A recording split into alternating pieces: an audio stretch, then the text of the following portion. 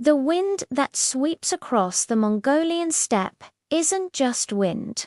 It's a living thing, a beast sculpted from dust and ancient memory. Across these endless plains, herds of horses thunder like the very pulse of the earth. And it was here, in the shadow of this immense wilderness, that a boy was born who would one day make the world itself tremble. His name was Temujin, but you might know him by another name, Genghis Khan. He wasn't born in a gilded palace, surrounded by servants and silk. His first home was a ger, a tent of felt and smoke. The stars were his ceiling, the howling wind his only lullaby. His father, Yasuge, was a proud clan chief, a man of respect and power. His mother Holon was a woman of fierce, unyielding grace, the kind of woman who could stare down a storm and not flinch. But in these lands, power was as fragile and fleeting as ice in the spring. When Temujin was just 9 years old, a shadow fell over his world. His father, Yasuge, was poisoned by rival Tartars while escorting his son. In a single moment, everything changed. The clan that had once hailed his father as their leader now saw them as a burden. His family was cast out, abandoned, and left to die on the vast frozen steppe. The wolves circled both animal and human. The neighbors who had once shared their fires now turned their backs. And the child who would one day command the largest land empire in history learned his first brutal lesson. No one is coming to save you. You must save yourself. This was a crucible of survival.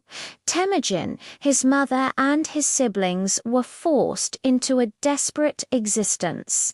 He learned to hunt, not for sport, but for life itself, fashioning arrows to catch fish in the frozen rivers.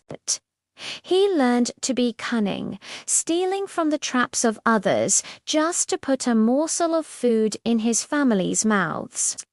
He watched his mother Holon, a beacon of resilience, boil bones for hours to extract a thin, life-sustaining soup. And all the while, the winds of the steppe seemed to whisper a relentless message into his young ears. Be strong, little wolf. The world doesn't belong to the worthy. It belongs to those who are strong enough to take it. The years passed, and the hardship chiseled away the boy, leaving a man in his place.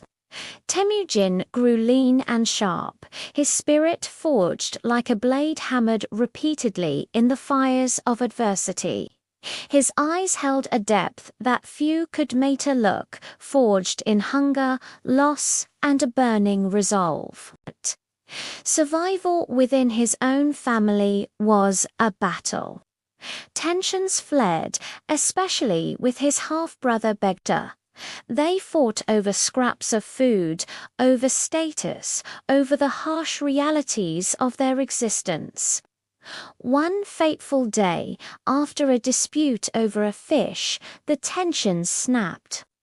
In a moment of cold fury, Temujin, alongside his brother Kassar, drew his bow and killed Begda. This act, brutal and shocking, marked a dark turning point. The legend of Genghis Khan didn't begin with a glorious victory on a battlefield. It began with the spilling of his own family's blood on the unforgiving steppe. It was a stark declaration that he would do whatever it took to survive, to lead, to control his own destiny. This was not the act of a simple boy.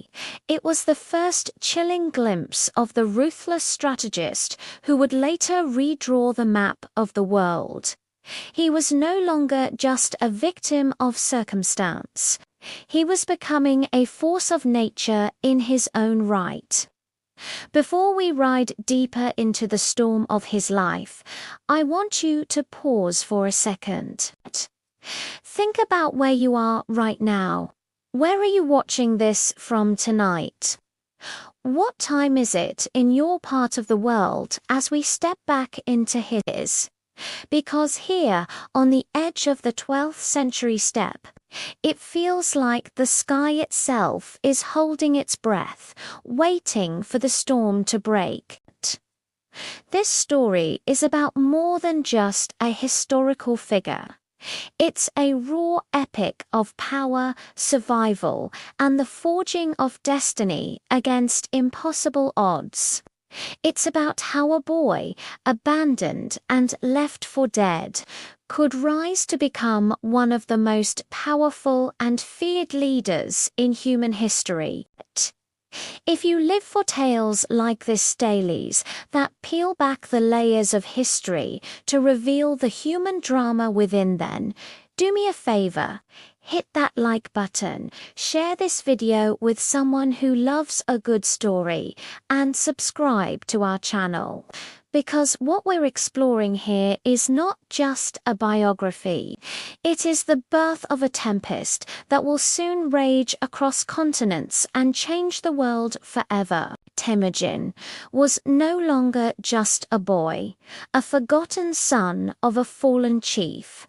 He was a shadow walking the plains, a survivor honed by cruelty, a wolf learning to lead his own pack.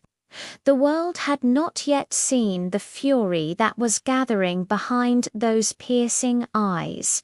This was just the beginning. Thank you for joining me for part 1, The Child of the Steppe.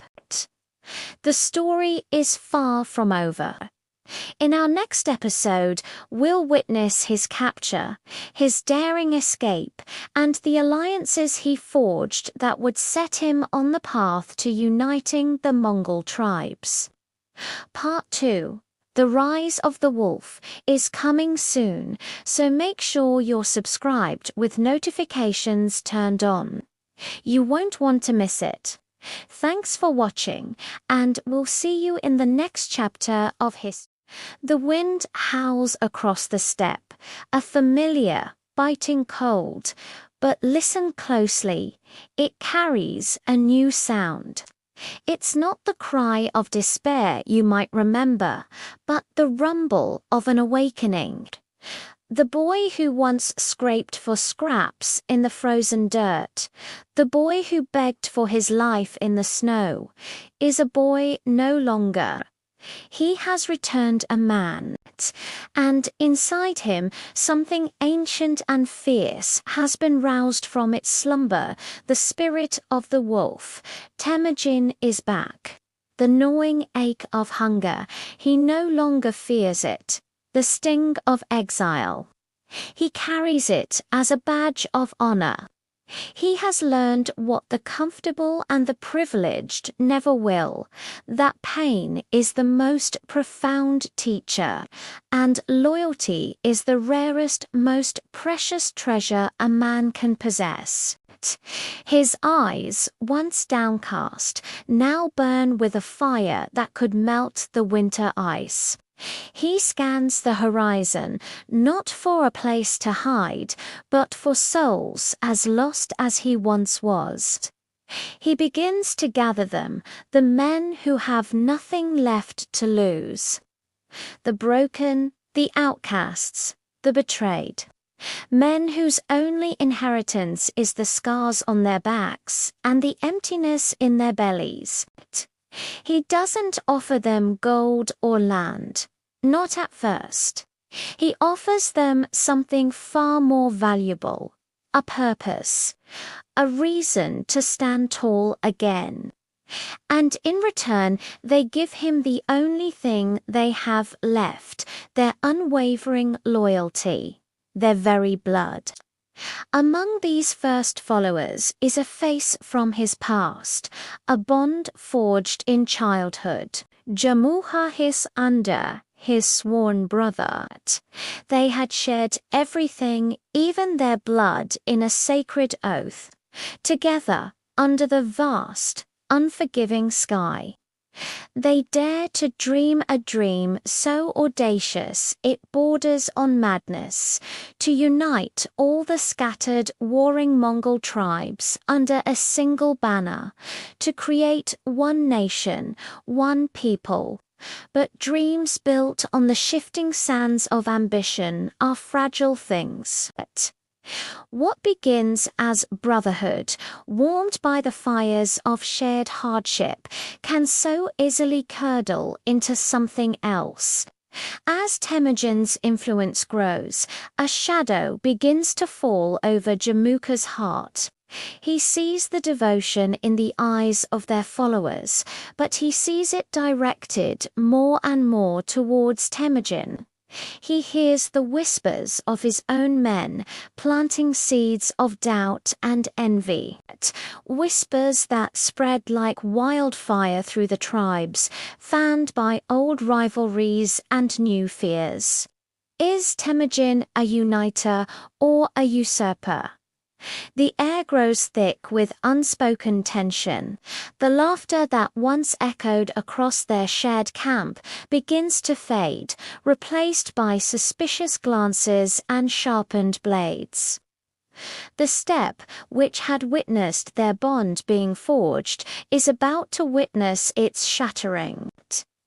The ground that once held their footprints side by side will soon be soaked in the blood of their followers. The Mongol world is hurtling towards its first great, tragic civil war. Brother against brother, friend against friend, under against under. This is the crucible. This is the moment of truth where loyalties are tested and destinies are forged. For Temujin, every choice is now a gamble. Who can he trust when even his own brother looks at him with eyes that no longer hold affection, but a cold, hard glint of calculation? The men who follow him are not a professional army. They are a collection of desperate souls.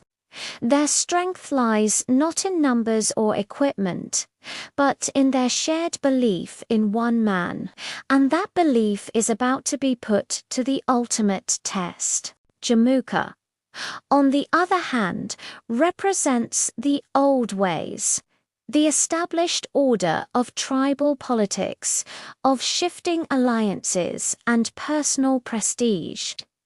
He sees Temujin's vision not as unity, but as tyranny, a disruption to the delicate balance of power that has governed the steppes for generations. He gathers his own allies, powerful chieftains who are wary of this upstart from the wilderness. They see a threat, and they will rally to Jamuka to extinguish it. The stage is set. Two visions for the future of the Mongol people are about to collide. On one side, Temujin, with his radical idea of a nation built on merit and loyalty, not just bloodlines. On the other, Jamuka, the champion of tradition, fighting to preserve the world he knows. The coming battle will be more than just a clash of armies. It will be a clash of ideas. A bloody debate over what it means to be Mongol, and from that blood, from that heart-wrenching conflict, something new and terrible and magnificent will be born.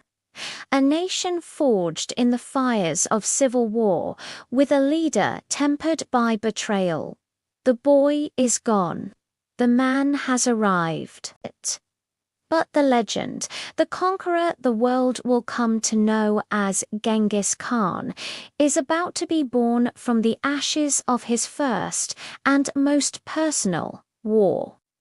If you've been following our series, The Rise of the Mongol Empire, you know we've been building to this. This is the turning point. Part 3, Blood and Brotherhood, is where the fire truly ignites. Temujin must face the man who once shared his dreams, the man who called him brother. So make sure you're subscribed and hit that notification bell. This isn't just a history lesson. This is the hour of... The wind howled across the steppe like a living thing, endless, cold, and fierce. It carried the scent of horses, smoke, and blood. Beneath the vast Mongolian sky, where the earth seemed to meet the heavens, a storm was gathering. Not a storm of clouds, but of men. They were riders born from the saddle, warriors who slept beneath the stars and drank the air of conquest. From the moment they could stand, they learned not to walk, but to ride. Not to speak softly, but to command the wind itself. For these people, the horse was an extension of their soul, the bow an extension of their voice, and the harsh reality of death their constant companion. Among them rode a man who was becoming something more than just flesh and blood. His name was Temujin, son of the wolf, destined to become Genghis Khan, the scourge of God. But long before the name Khan would thunder across continents, there was only suffering, betrayal, exile, and annoying hunger that never ceased. Temujin's world shattered when his father, a respected chieftain, was poisoned by rival Tatars. In the aftermath, his own clan, fearing retribution and seeing no future in a boy, abandoned his family to die on the unforgiving steppe. For years, he, his mother, and his brothers wandered the frozen wilderness. They were outcasts, surviving on what little the land offered: roots, wild berries, the occasional fish pulled from a frozen river. It was a life of constant fear and degradation. Yet, even in the depths of despair, the fire in his eyes never died. It only burned hotter, fueled by the cold and the cruelty of men. Each humiliation, each moment of starvation didn't break him. It forged him. It carved steel into his heart and etched a terrifying resolve onto his soul.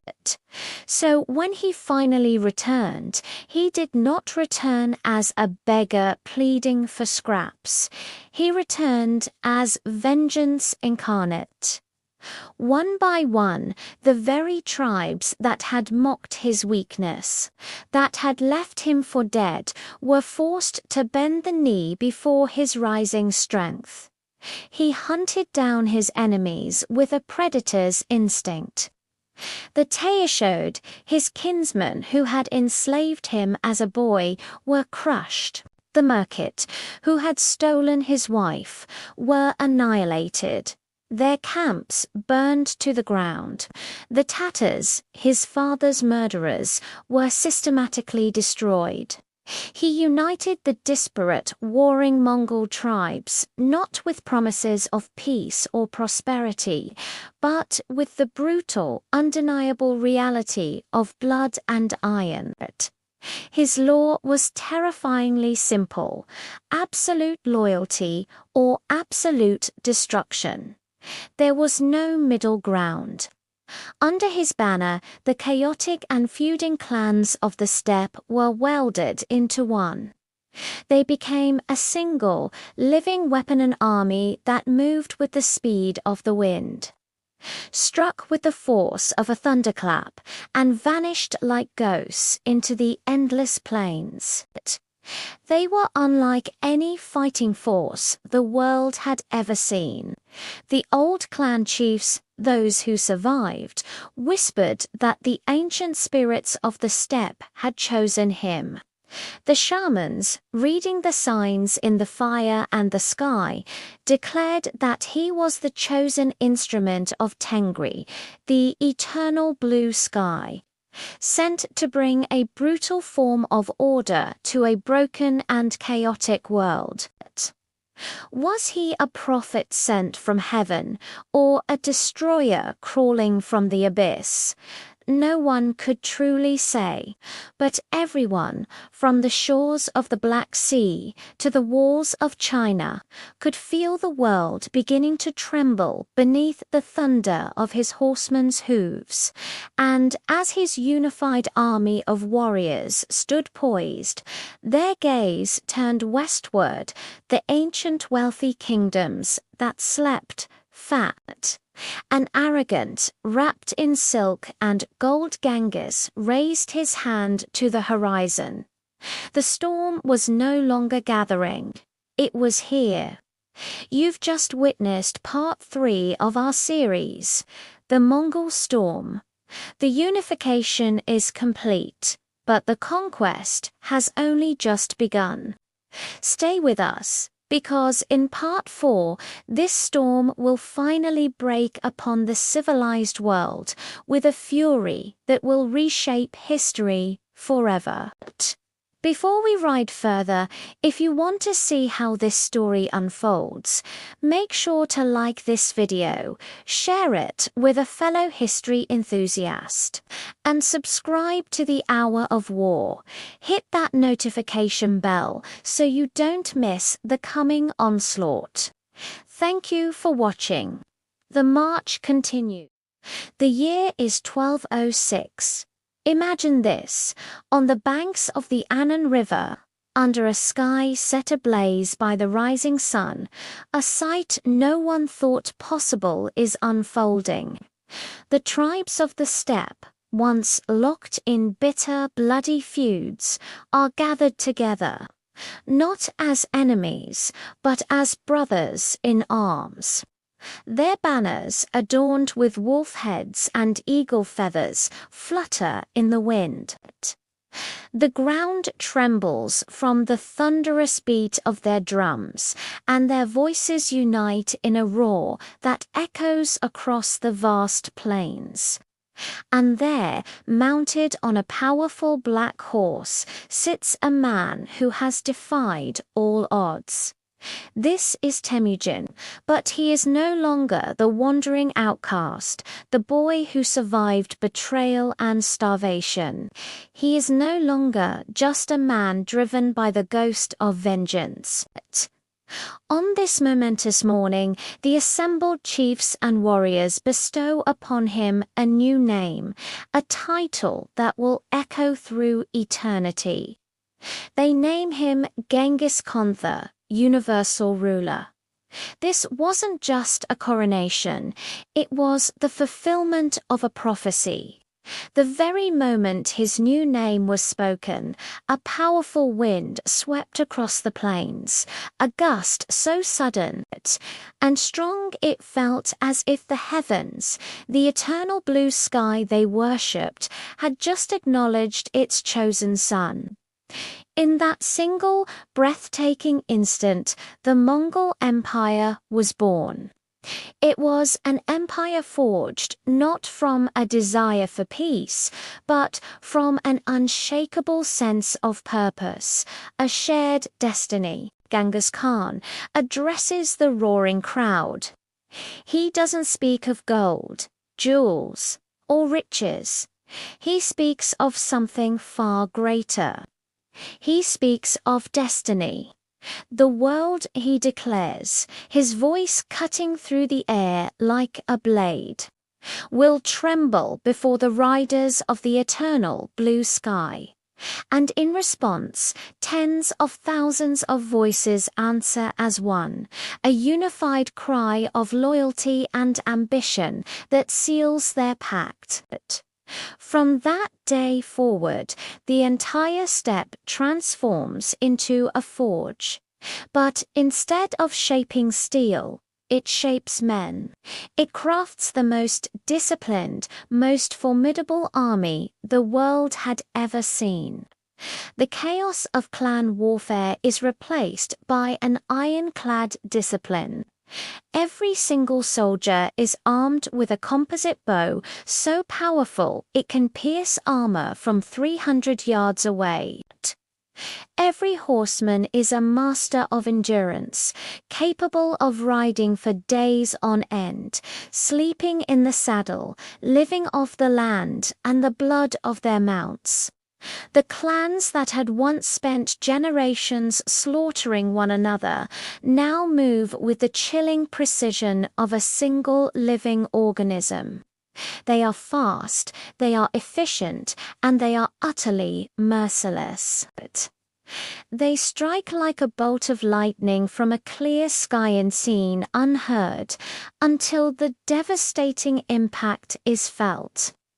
The old ways of raiding and skirmishing are gone, replaced by a new, terrifying doctrine of total war.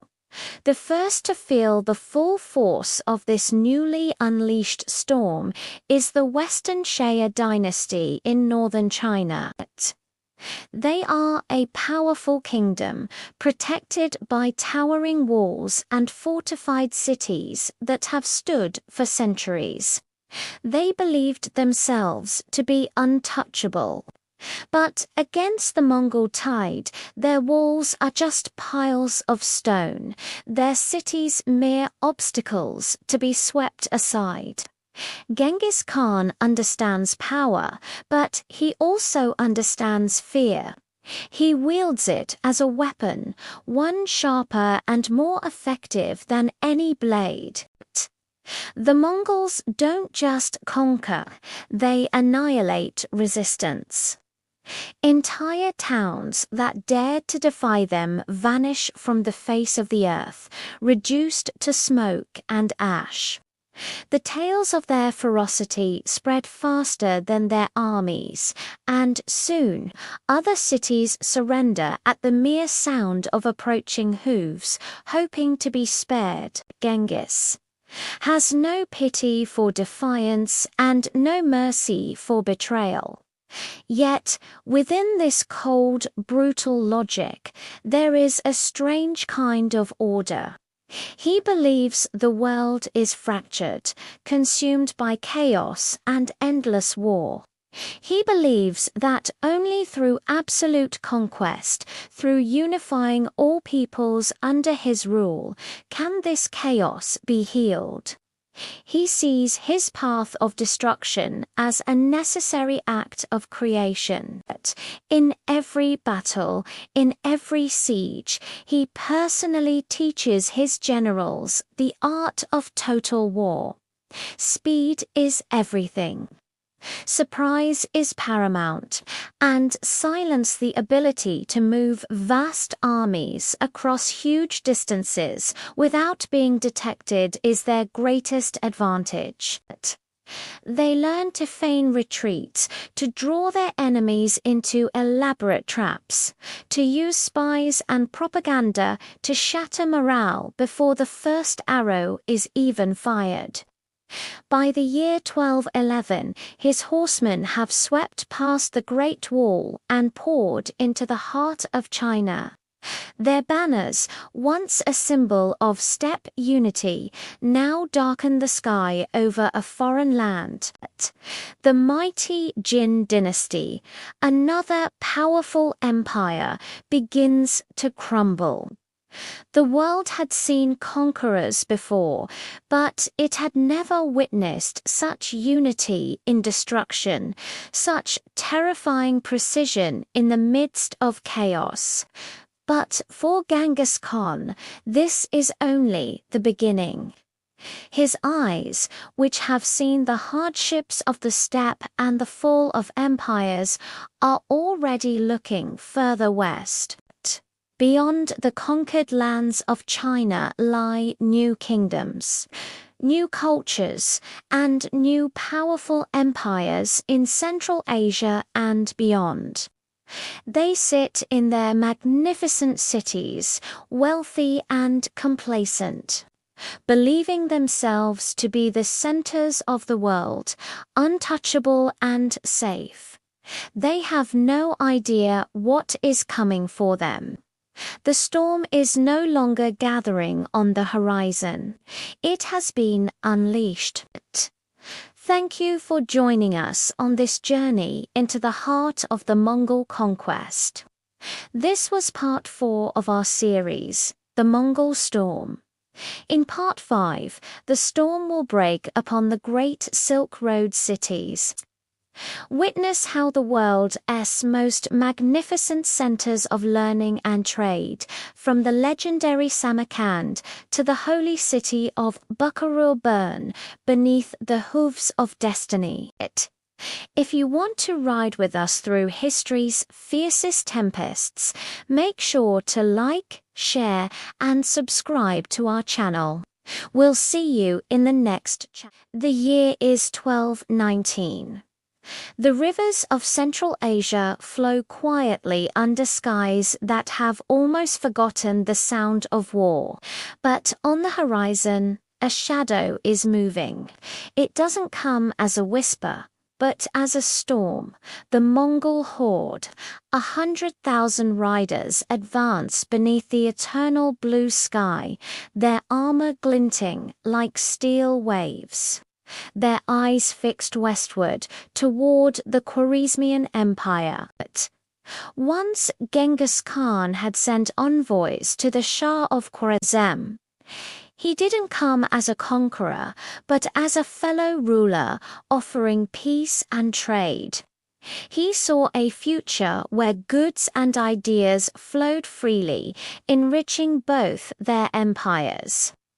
But pride is a poison that seeps into the hearts of kings. The Shah, in a staggering act of arrogance, had those envoys humiliated. Their heads were struck off, their bodies left to rot in the unforgiving desert sand. To the Mongols, this wasn't just an insult, it was blasphemy. An attack on an envoy was an attack on the Khan himself, and by extension, an offense against the heavens. For Genghis Khan, there was no longer a choice.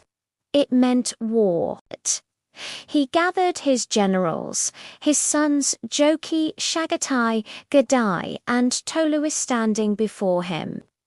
He spoke in a voice that was low and steady, yet carried a chill that even these hardened warriors felt deep in their bones. "He has destroyed my messengers," Genghis declared. "Now I will destroy his people." And so began a campaign that would turn the richest, most vibrant cities of the Islamic world into little more than ashes and memories. The Mongol army moved with terrifying speed and precision. They crossed the Syr Darya River in silence, their horses drinking from waters that reflected the blood-red light of dawn. The stage was set for a reckoning. One by one, the great cities of the Khwarezmian Empire began to fall. The first was Otrar, the very city where the Khan's envoys had been killed. Its governor, Inulhuk, who had ordered the execution, was captured. The Mongols, in a grim act of poetic justice, were said to have poured molten silver into his eyes and ears, a punishment for his greed and his refusal to listen to the words of peace. Next came Bukhara, a center of learning and faith. When Genghis entered the city, he rode his horse directly into the courtyard of its grand mosque. He dismounted, climbed the pulpit, the minbarand, addressed the trembling crowd that had gathered. His words were not shouted in a rage. They were delivered calmly, almost like a priest speaking before a sacrifice. He told them, if you had not committed great sins, God would not have sent a punishment like me upon you. His message was clear. He saw himself not merely as a conqueror, but as an instrument of divine will, a scourge sent to purify a world corrupted by sin and arrogance. And then the sacrifice began. Fire devoured intricately carved marble, majestic minarets, which had stood for centuries as symbols of faith, collapsed like candles melting before a fierce wind. The Mongols spared no one who raised a weapon against them. Those who surrendered, however, were often allowed to live, but only to carry the tale of what they had witnessed. To spread the terror of the Mongol storm far and wide, Samarkand, the jewel of the Silk Road, a city famed for its beauty, its wealth, and its astronomers resisted with more determination. Its soldiers fought bravely in the streets. Its people prayed endlessly in their mosques. But bravery and prayer are like dust before a hurricane. When the city's gates finally broke, Samarkand was consumed in 3 days of death and silence. The air, once filled with the scent of spices and perfumes from distant lands, now hung heavy with the smell of burning silk and blood. The stench lingered over the valley for weeks, a grim reminder of the city's fate. And what of the Shah, the man whose pride had unleashed this apocalypse? He fled, first to Nishapur, then across his crumbling empire, always looking over his shoulder, chased by an enemy that never seemed to sleep. The Mongol general Subutai pursued him relentlessly. The Shah died not on a battlefield, surrounded by his men, but alone, hunted, sick, and forgotten on a small, desolate island in the Caspian Sea. He was the last king of an empire that had, for all practical purposes, ceased to exist. By the year 1221, the Khwarezmian world was gone. Where once stood magnificent mosques, legendary libraries filled with priceless knowledge, and bustling marketplaces, there now stretched only a haunting emptiness. The silence was so profound that it was said even the wind seemed afraid to cross the ruins. But for Genghis Khan, this was not just conquest. It was a correction. The world, he believed, had grown weak, decadent, and arrogant under the weight of its own luxury and pride. He would cleanse it with fire and steel, until only the strong, the disciplined, and the loyal remained. Yet, even as he burned the old world, the seeds of something entirely new were being sown in the ashes. The Mongol Empire now stretched farther than any that had come before it. From the shores of the Pacific to the Persian Gulf, a new order was emerging, one built on efficiency, communication, and unwavering loyalty to the great Khan. And still, Genghis was not done. His gaze turned further west to the fractured lands of Persia and beyond, toward the empires of Christendom, whose kings and popes would soon learn to tremble at the very name of Genghis Khan. The cities of fire were now behind him. The world of empires lay ahead. Thank you for joining us for this chapter of the Mongol Storm. The story is far from over. In our next part, we'll witness how the Mongol tide reaches the very edges of Europe, and how the greatest powers of the West react to this unstoppable force from the East. If you found this story as captivating as we did, please hit that like button, share it with fellow history lovers, and subscribe to our channel so you don't miss a single moment. We appreciate your support more than you know. Until next, the year is 1222. Across the known world, a single name is being whispered in terror: Genghis. His armies, a living storm born from the vast Mongolian steppes, have already laid waste to the great empires of the East, from the deserts of Central Asia to the smoldering ruins of Persia. They are a force of nature, a destructive tide that seems to devour everything in its path. Now, the thunder of their hooves begins to roll westward towards the lands of Europe, a continent shrouded in rumor and mystery. Caravans, crawling back from the ravaged East, carry with them tales that stretch the limits of belief. They speak of riders who seem to move faster than the wind itself, warriors whose arrows fall from the sky like a torrential rain, and whose discipline is as rigid and unyielding as iron. In the bustling markets of Baghdad, within the opulent courts of Constantinople, and even in the hallowed cathedrals of Rome, a new currency is traded: fear, and it spreads faster than any truth. But this storm is not a blind one. Behind every charge, behind every siege, is the calculating mind of the great Khan. Genghis Khan is not a mere brute. He is a strategist, his mind a cold, ruthless, mathematical engine of war. From the shattered remains of the Khwarezmian Empire, he dispatches his most trusted generals on a mission of reconnaissance. They are to go west to test the strength of the world beyond, like a master blacksmith testing the temper of a new blade. Leading this vanguard are Subbatai and Jebtha, twin fangs of the Mongol war machine.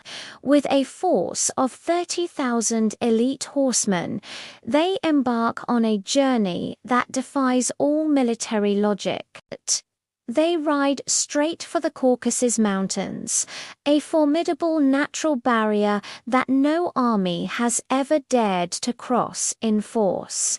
They move like spectres, leaving no trace of their passage. They build no cities, light no large fires. One moment a village exists, the next it is gone, swallowed by a profound and terrifying silence. Their mission is not conquest, not yet. It is to see, to learn, and to report that when they emerge from the mountain passes into the kingdom of Georgia, the Christian kings there rally their forces. Confident in their heavy armor and the mountainous terrain, they raise their banners, ready to repel what they see as a mere band of raiders. But the mountains themselves seem to turn against them. The Mongols descend from the cliffs like eagles stooping on their prey, their hardy ponies navigating treacherous slopes of snow and fog with impossible agility. In the span of a single bloody week, the Georgian army is shattered, its kingdom broken. The first test is complete. The steel of the West seems brittle. From Georgia, the twin fangs sweep north, their riders crossing into the vast, frozen lands of the Rasa collection of feuding principalities that would one day coalesce into the nation of Russia. At the Kalka River, in the year 1223, the princes of the Rus, alerted to the Mongol presence, put aside their rivalries and gather a mighty, combined army. They vastly outnumber the Mongol force, standing on the riverbank, clad in steel mail. They laugh at the very idea that these leather-clad nomads from the steppes could pose a serious challenge to their chivalric might. But on the battlefield, laughter is a fragile thing. It dies quickly. The Mongols employ their most devastating and signature tactic, the feigned retreat. They clash briefly with the Rus vanguard and then turn and flee. It is a trap as old as warfare, yet executed with a perfection that is utterly new. The overconfident Rus princes give chase, their heavy infantry and knights pursuing the seemingly terrified Mongols for days. Their formations become stretched, their men exhausted, their supply lines left far behind. They are drawn deeper and deeper into the open steppe, the Mongols' killing ground. Then, like a giant serpent uncoiling, the Mongols strike. The trap is sprung with a unified command that seems almost telepathic. The retreating columns turn as one. The earth itself trembles as 30,000 horsemen charge. The sky darkens as a blizzard of arrows, fired with deadly precision, rains down upon the disorganized and exhausted Rus army. The battle is a slaughter. By sunset, the Kalka River runs red with blood, and the proud princes of the Rus lie defeated, bound in chains. The survivors, noblemen and princes, are brought before Sabbatai. They beg for a warrior's death, for mercy. Sabbatai grants them none. He is not here to make friends. He is here to deliver a message. By his order, heavy wooden platforms are constructed. The captured Rus nobles are laid on the ground beneath them. Then the Mongol commanders and their soldiers hold a great victory feast atop the platforms, their revelry continuing as the life is slowly, agonizingly crushed out of their enemies below. This was not cruelty for its own sake. It was a calculated act of psychological warfare, a message carved into the memory of a continent. This is the fate of those who laugh at the storm. When news of the massacre at the Kalka River finally trickles into the courts of Europe, it is met with disbelief, then with chilling dread. Kings and popes tremble. These invaders seem less like men and more like the very wrath of God, a divine punishment sent from the ends of the earth. The entire continent braces for an invasion, for the apocalypse they believe is now galloping towards them, and then nothing. As suddenly and mysteriously as they appeared, the Mongol riders vanish. They turn their horses around and disappear back into the vastness of the east. They had not been defeated. They had not been repelled. Their mission was complete. They were simply scouting the world. Back in his capital, Genghis Khan received the reports from his generals. He now understood the strengths and weaknesses of the West. His grand vision was expanding, and he was already planning his next conquest, one that would stretch beyond the limits of imagination. But first, the great Khan, the master of the world, would have to face his greatest and most unavoidable trial. Not an enemy army, not a rival empire, but the relentless march of time itself. itself. You've just heard part 6 of our series, The Mongol Storm. The story is far from over. In part 7, the Khan must confront his own mortality, the whispers of betrayal within his own family, and the monumental question that would define the next century. Who will rule after Genghis? Thanks for joining us here at the Hour of War, where history's greatest conquests echo through time. If you enjoyed this journey into the past, please hit that like button, share it with a fellow history enthusiast, and subscribe so you don't miss the next chapter. We'll see you. The steppe fell silent, a stillness so profound it seemed to swallow sound itself. No war drums beat their rhythm of conquest, no proud banners snapped in the wind. The thunder of a million hoofs had faded, leaving only the soft whisper of the wind sweeping across the endless sea of grass. And there, beneath the vast, watchful eye of the eternal blue sky, stood a single man. Genghis Khan, lord of the Mongols, conqueror of a world that had once seemed too large to tame. But even the most ferocious storm must eventually break and dissolve back into the sky. This was the man who had crossed the burning sands of the Gobi and the frozen peaks of the Pamir. He had crushed empires that had stood for 1,000 years and laid waste to cities that dared to call themselves eternal. From the towering walls of Zhongdu to the shimmering palaces of Khwarezm, he had torn down the old world and built his own empire upon its foundations. Yet, in his final days, the fire in his eyes was different. It no longer burned with the raw hunger for conquest, but with something deeper, more ancient. Reflection, he looked back upon a life forged in blood and iron, a legacy that would echo through the ages. How did he fall? The chronicles offer conflicting tales. Some say he was struck down by a stray arrow in his final campaign against the Tangut.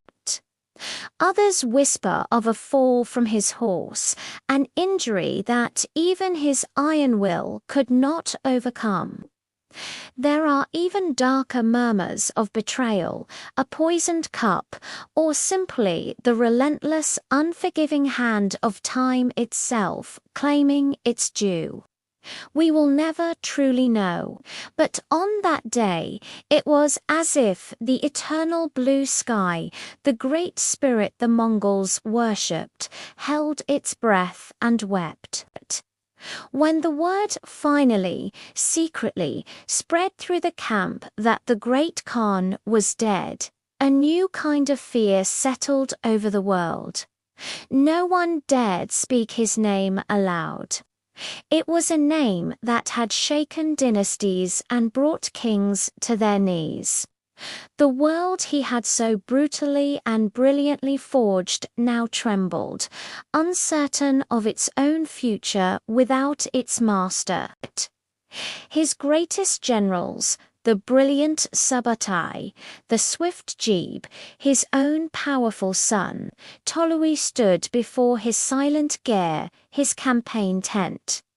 They did not weep. They did not cry out in grief.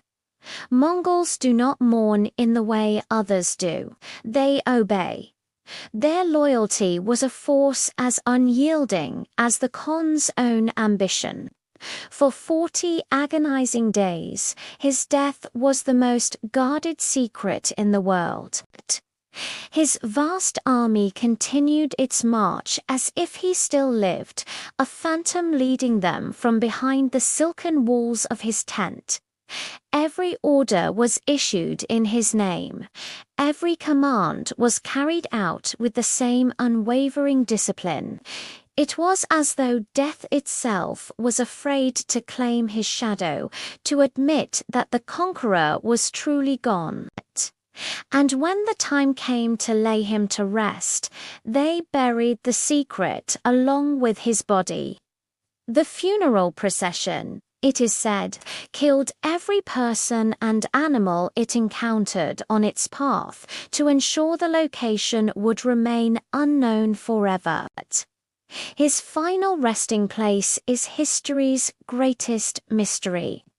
Some legends say he was buried beneath the diverted waters of a river, so its current would guard him for eternity. Others claim he lies under a sacred mountain, its peak sealed by a landslide triggered by thunder. Whatever the truth, no one has ever found his grave, and perhaps that is the point. Perhaps, in a way, he never truly died. His body may have returned to the earth, but his spirit was too vast to be contained by a single tomb.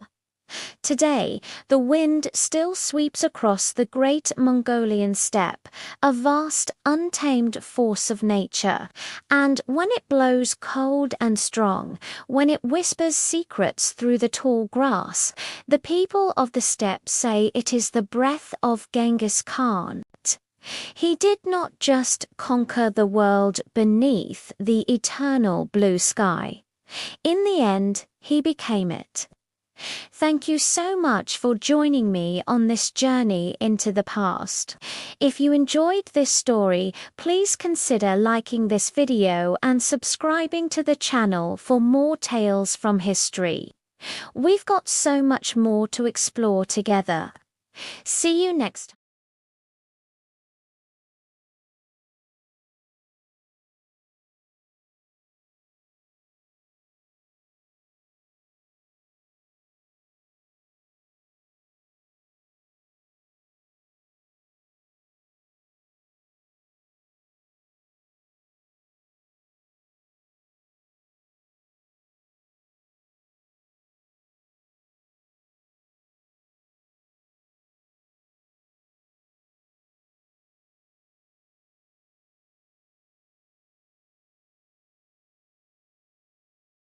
Sabbatai, the silent, calculating strategist, the wolf of the steppe, became the embodiment of vengeance.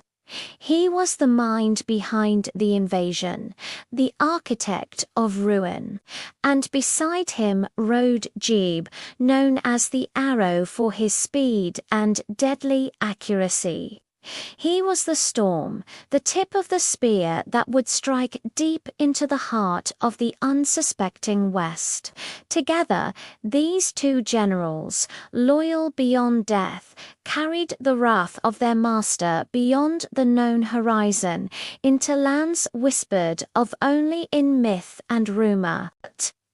Their first great campaign after Genghis's passing was a reconnaissance in force, a scouting mission of such epic scale that it would be remembered as a war of conquest. They rode into the lands of the Rus, a fractured realm of competing principalities. They crossed vast frozen rivers that cracked like thunder under their horses' hooves, and moved through forests so deep and silent they seemed to swallow sound itself. The world had never seen a war fought like this.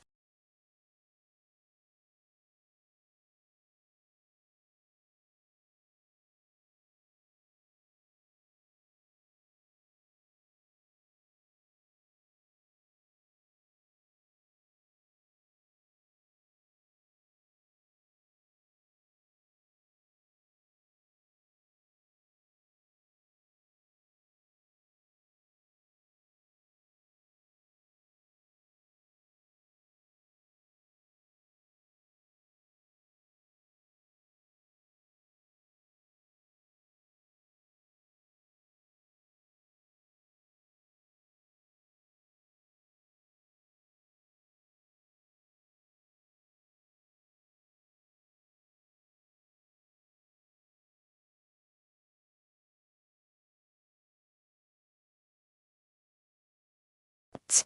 It was a trap.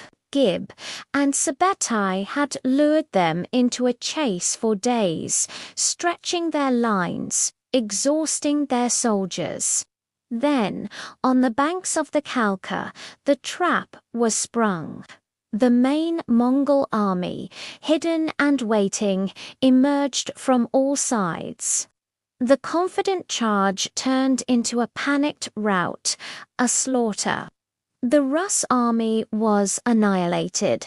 The message was clear: there was no resisting the storm from the east. But while the generals carved a path of destruction in the west, a different kind of storm was brewing in the heart of the empire.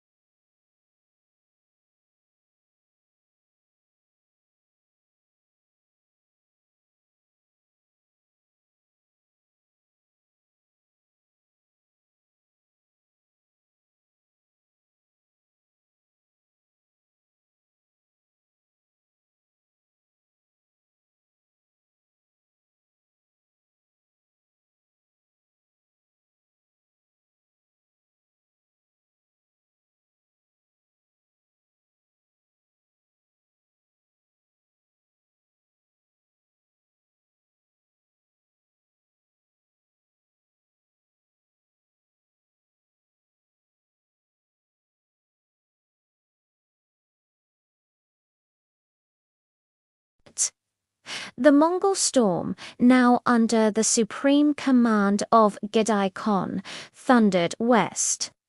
It was a multi-pronged invasion of unprecedented scale, with an army of perhaps 150,000 warriors. They smashed through the remnants of the Rus states, leaving Kiev a smoldering ruin. Then they poured into the heart of Europe. The kingdoms of Poland and Hungary, mighty in their own right, with their armored knights and stone castles, were utterly unprepared. The Mongols moved with terrifying speed, splitting their forces to confuse and overwhelm their enemies. One column, led by Baidar and Kaidan, feinted into Poland. They met a coalition of Polish, German, and Templar knights at the Battle of Legnica.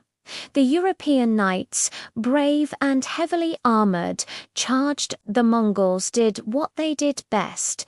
They feigned retreat, showered the knights with arrows, and led them into an ambush. The flower of Polish chivalry was cut down in a single day. Meanwhile, the main force under Sabbatai and Bato Khan, Genghis's grandson, drove into Hungary. King Bela IV, having been warned of the coming invasion, had gathered a massive army.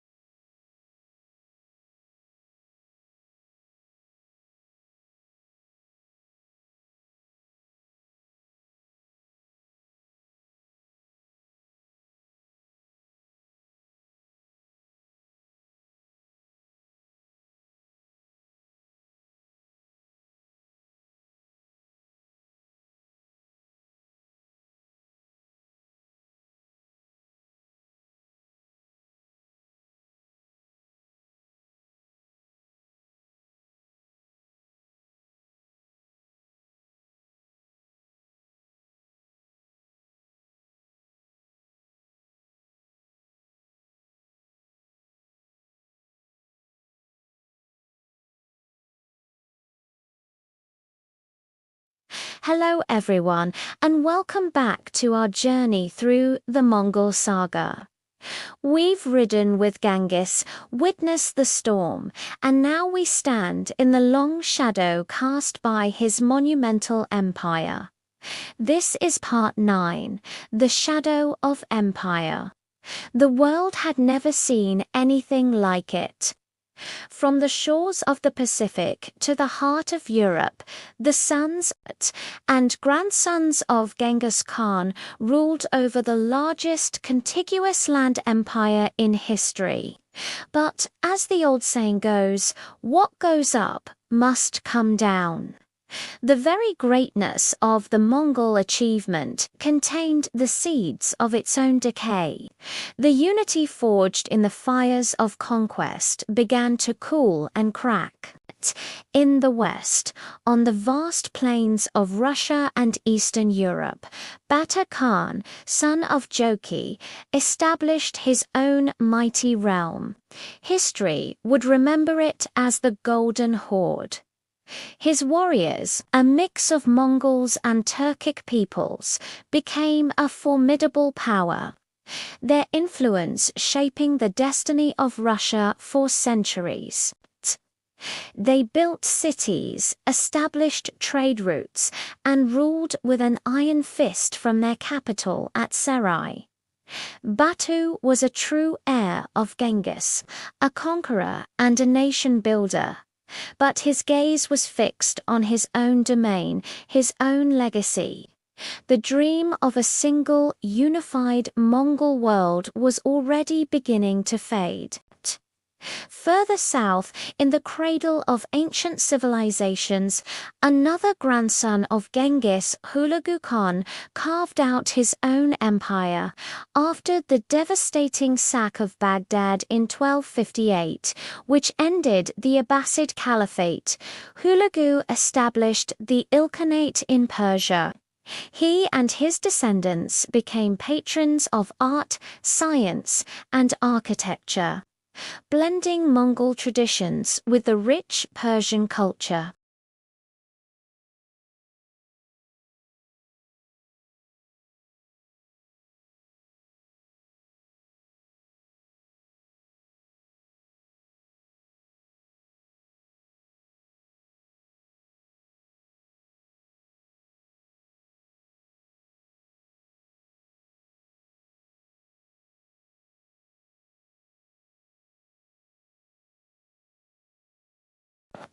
And then there was Kublai, the grandson who, perhaps more than any other, grappled with the true meaning of his grandfather's legacy.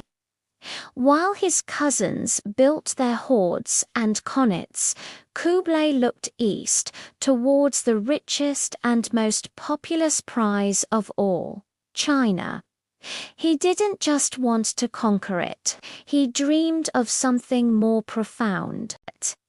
He envisioned an empire of peace, where the silk flowed freely, where merchants traveled safely, and where order reigned under a single, benevolent ruler. But this dream came at a cost. The old bonds of brotherhood were stretched to their breaking point. The different branches of the great Mongol family tree were now growing in entirely different directions. Each was proud, powerful, and increasingly isolated. The spirit of the Kurultai the great council where all chiefs met as equals, was a distant memory.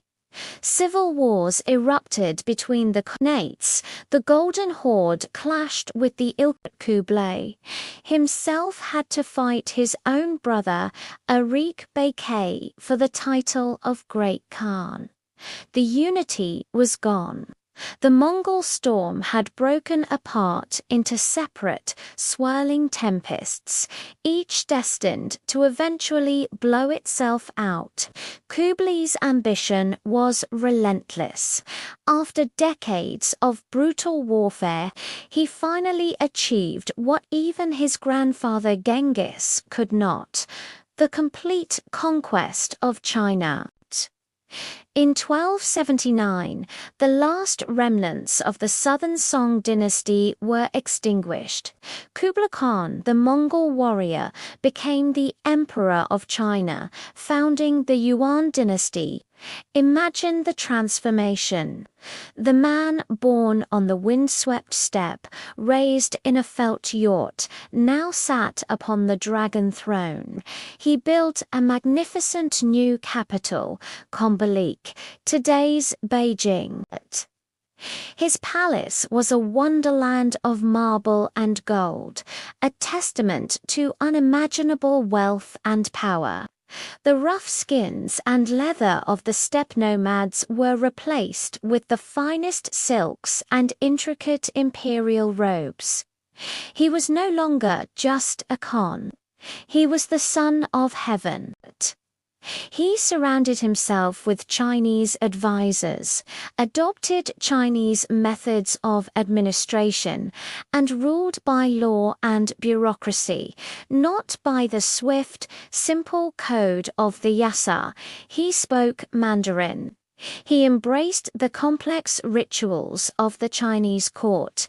The horseman had become the monarch, the conqueror had become the emperor, and in this transformation, something essential was lost.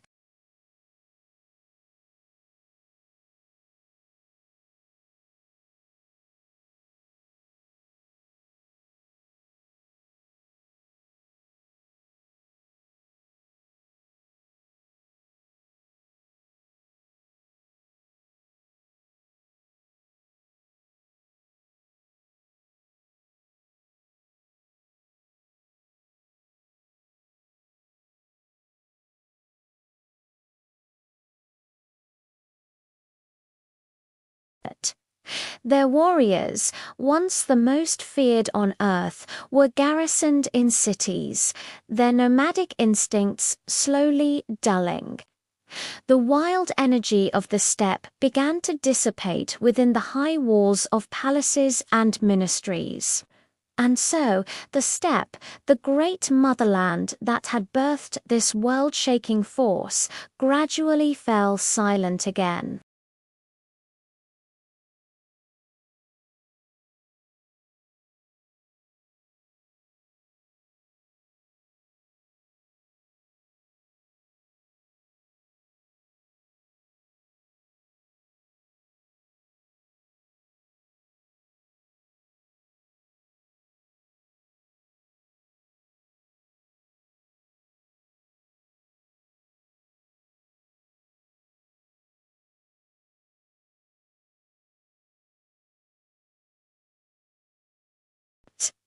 Join us next time for the final chapter of our saga, Part 10, The World He Changed, where we explore the lasting legacy of Genghis Khan and his descendants.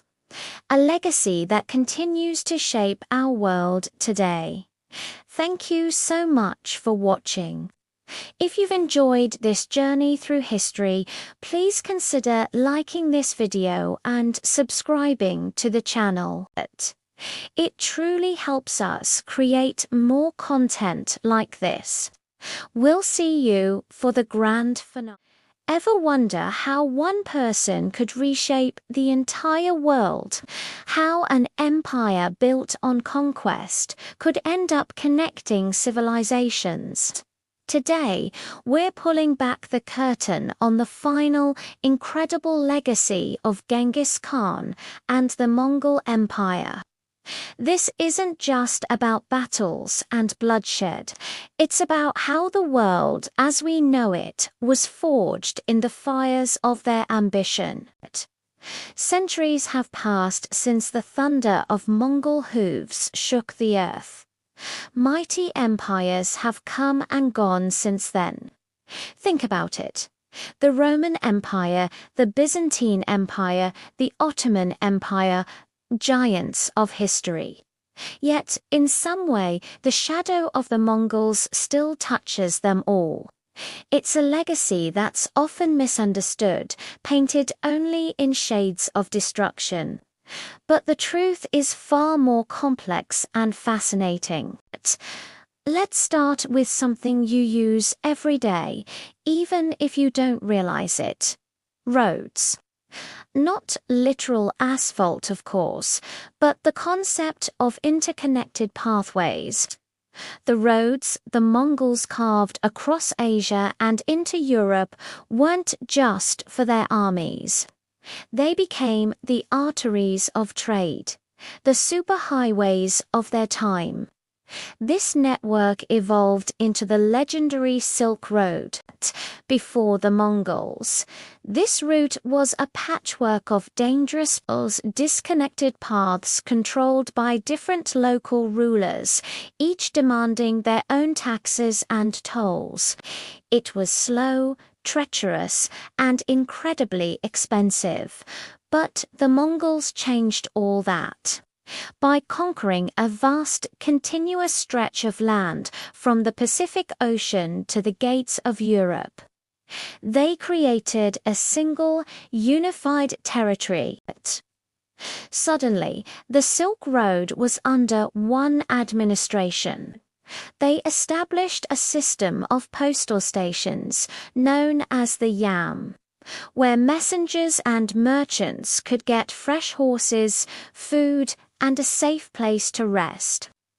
Imagine a pony express spanning an entire continent.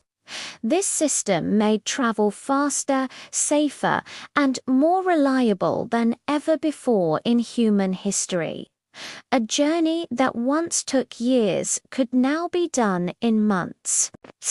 This newfound safety and efficiency ushered in an era known as the Pax Mongolica, or the Mongol Peace. It might sound ironic, an empire built by force bringing about an era of peace, but for about a century, that's exactly what happened. Under the watchful eye of the Great Khan, the trade routes were so secure that a popular saying of the time claimed a maiden carrying a nugget of gold on her head could wander from one end of the empire to the other without being harmed. This peace had a profound effect. It wasn't just silk and spices being traded anymore. Merchants like Marco Polo could travel from Venice to the court of Kublai Khan in China and return to tell the tale, opening Europe's eyes to a world they barely knew existed. But it was more than just goods and stories. The Pax Mongolica became a conduit for ideas. Scholars, scientists, artists, and missionaries traveled freely, creating an unprecedented cultural exchange. Chinese inventions like gunpowder, the printing press, and the magnetic compass flowed westward, eventually reaching Europe and sparking monumental changes, including the Renaissance and the Age of Discovery. Can you imagine European history without gunpowder or printing? It's almost impossible. And that flow of knowledge went both ways. Persian astronomers brought their advanced knowledge to China, helping to create more accurate calendars. European artisans and engineers were employed by the Khans, bringing their own skills to the East. In uniting the world by force, Genghis Khan had unknowingly set the stage for the first truly global age. For the first time, Europe, the Middle East, and Asia were connected in a direct and sustained way. This was globalization 13th century style. The world had become smaller, more interconnected. But this new connectivity had a dark side. Just as ideas and goods traveled faster, so did something else: disease. The Pax Mongolica, with its bustling trade routes, also created the perfect highway for the Black Death. The plague, believed to have originated in Central Asia, traveled along these same paths, carried by fleas on rats that hitched rides on merchant caravans. It spread from Asia to the Middle East and then into Europe, where it caused one of the most devastating pandemics in human history, wiping out a huge portion of the population. It's a sobering reminder that every great change, every new connection, comes with unforeseen consequences. The very system that brought so much prosperity also enabled an unprecedented disaster. So, what is the ultimate legacy of the Mongol Empire? It's a paradox. It was an empire forged in fire and conquest, responsible for immense destruction. Yet, from those ashes, something new and powerful emerged. Connection. The Mongols built a bridge between East and West, not with stone and mortar, but with horses, roads, and a sheer force of will. They didn't just conquer lands, they collapsed distances. They taught the world a crucial lesson that even destruction can be a catalyst for creation. The old world of isolated civilizations was shattered, and from the pieces a new interconnected world began to form. Their empire may have been short-lived, but its impact is eternal. The globalized world we live in today, with its instant communication and international trade, is a distant echo of the world the Mongols first stitched together. And so, somewhere on the vast windswept steppe of Mongolia, where the sky feels endless, the wind still whispers his name, not just as Genghis Khan, the fearsome conqueror, but as the man who, for better and for worse, changed the world forever. This was part 10, The World He Changed, and with it, our saga of the Mongol Empire finally comes to an end. We journeyed from the birth of a young boy named Temujin to the creation of the largest land empire in history, and now to its lasting impact on our modern world. The fire of the empire has long since faded, but the echo of the hooves will never truly die. Thank you so much for joining us on this incredible journey through history. If you enjoyed this series and want to see more deep dives into the stories that shaped our world, please make sure to like this video, subscribe to the channel, and hit that notification bell so you don't miss what's coming next. We have so many more stories to tell. Thanks for watching.